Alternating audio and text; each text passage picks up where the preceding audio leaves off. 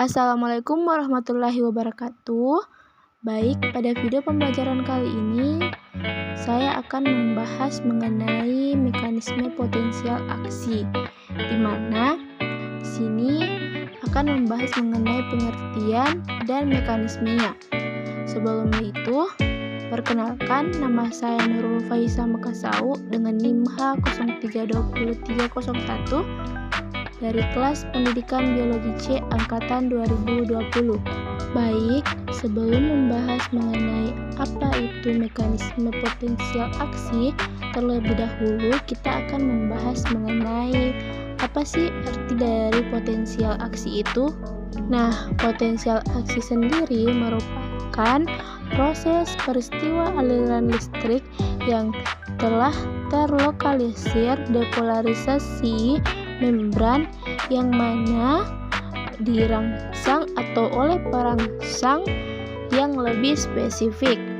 Nah, ada 3 tahap dalam mekanisme potensial aksi.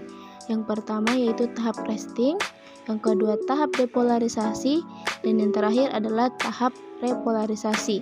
Nah, yang pertama adalah tahap resting. Tahap resting ini merupakan tahapan potensial membran istirahat sebelum adanya potensial aksi.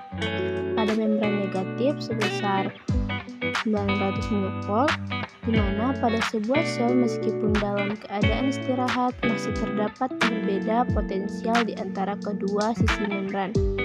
Tahap yang kedua yaitu tahap depolarisasi, di mana bila sel yang istirahat diberi rangsangan dengan level yang cukup, maka sel tersebut akan berubah ke keadaan yang lebih aktif.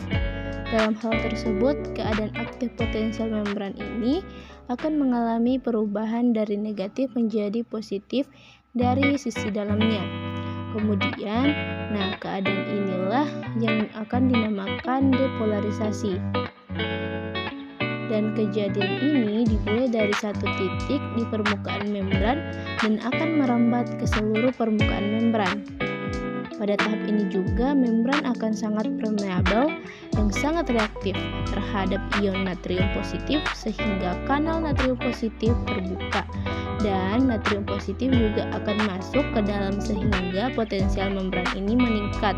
Maka terjadi overshoot yang jika potensial berada di atas titik 0. Nah, pada tahapan yang terakhir yaitu tahapan repolarisasi, di mana repolarisasi ini dalam keadaan potensial membran berubah dari positif dari sisi dalam menuju kembali ke negatif dari sisi dalamnya.